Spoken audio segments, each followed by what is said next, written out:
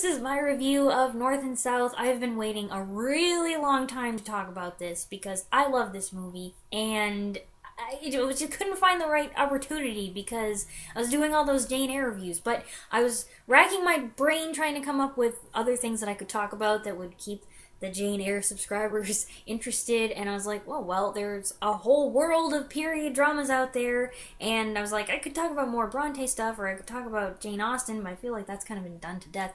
Why don't I talk about some of the lesser-known period dramas that I just really love, and so I'm going to be doing that periodically through the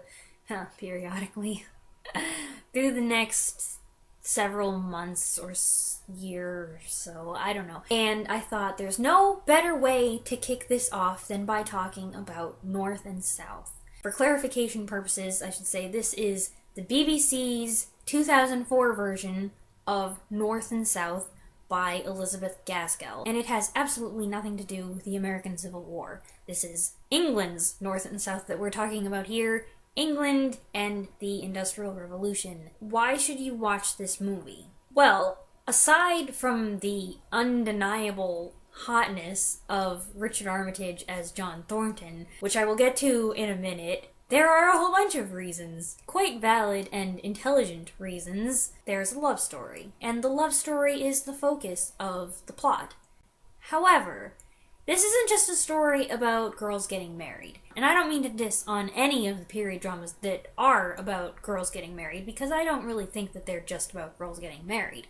But that's another subject. This story, though, has a lot of layers. There's, of course, the English Industrial Revolution. There's regional prejudices of England, the North versus the South. It talks about the rise of the working class warfare, old money versus the nouveau riche, injustices of the military law system. There's a lot going on. I always feel reassured recommending this movie to people because it's so informative. It's practically educational. So there's all that going on in the background. Meanwhile, in the foreground, we have a love story, which is kind of a Pride and Prejudice style girl meets boy, girl hates boy, boy smitten with girl, boy proposes to girl, girl rejects boy, and then girl starts to think, maybe I was wrong about the boy, and so on. The two principal characters are Margaret Hale, who is a parson's daughter from the South, and John Thornton, who is a mill owner in the North. One of the things that I absolutely love about the way this story is told, and it was like this in the book as well,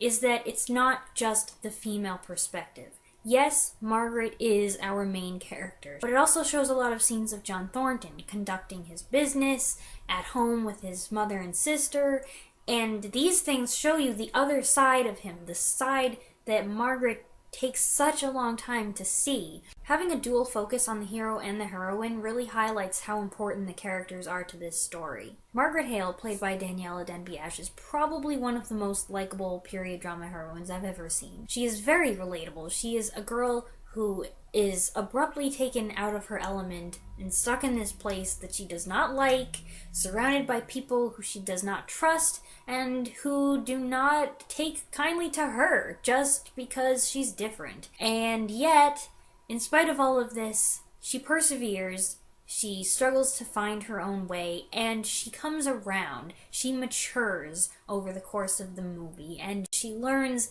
how the world in the North works and how she can adapt to it, unlike some other people in the story who do not adapt well, and it doesn't work out as well for them. She's very loyal to her family, her friends, her ideals, and she is very brave. She has a lot of guts. There are a few times during the movie that you can see the characters looking at each other and just being like, wow, what a woman. And as for John Thornton, well, is there a way that I can talk about this without being absolutely ridiculous? I don't think so. I have had a mad crush on John Thornton, or Richard Armitage, or is it the character or the actor, is it one and the same, I don't know, for like a long time. So yeah, Richard Armitage's John Thornton is like super dreamy, and like, he might not be so hot in the beginning, and our first introduction to him is Margaret's first introduction, and yeah, it's pretty bad. They have a very passionate relationship. I don't really mean like positive passionate, I mean negative. The proposal scene is just like, no, don't say that. Don't say that. Stop. Oh my goodness, you really put your foot in it. No, stop. Don't say anymore. But all of that tension and angst just makes the ending so satisfying. And like the last scene, the train scene, I saw the last scene before I saw the movie, and I never do anything like that. But that happened in this case, and I was completely sold. Everything about it is just perfect. The music, the costume design, the hair, the colors, the dialogue, and then the kissing. It is just so romantic, and it will either leave you grinning like a sappy idiot, or it might induce you to cry, which I think might have happened to me once. The supporting cast is great, and it's one of those things where it's like one after another person that you've seen in another movie. Like Nicholas Higgins, the Union leader, is Brendan Coyle, who you would know as Bates from Downton Abbey, and there's a whole bunch of other people that you've probably seen in other things, and I love all of the people. They all play their parts so well. Even if they're characters that you don't really like, they're just played so well. Like his mother, played by Sinead Cusack, she is excellent in that part. So is there anything I don't like about it?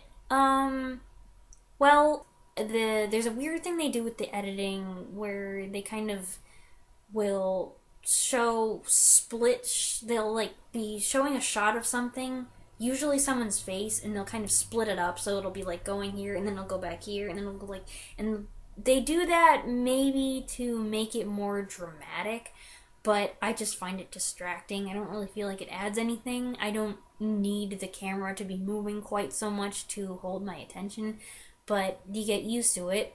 And I do feel like the third episode is a bit of a drag. There's some death in the third hour, and it gets to be pretty depressing, but it's just another reason why the ending of the thing is just so satisfying. I should have mentioned before, this movie is 4 hours long, and I know that puts some people off, but it's split very nicely into 4 episodes, about an hour long each. I think I've done it in one sitting, maybe once or twice.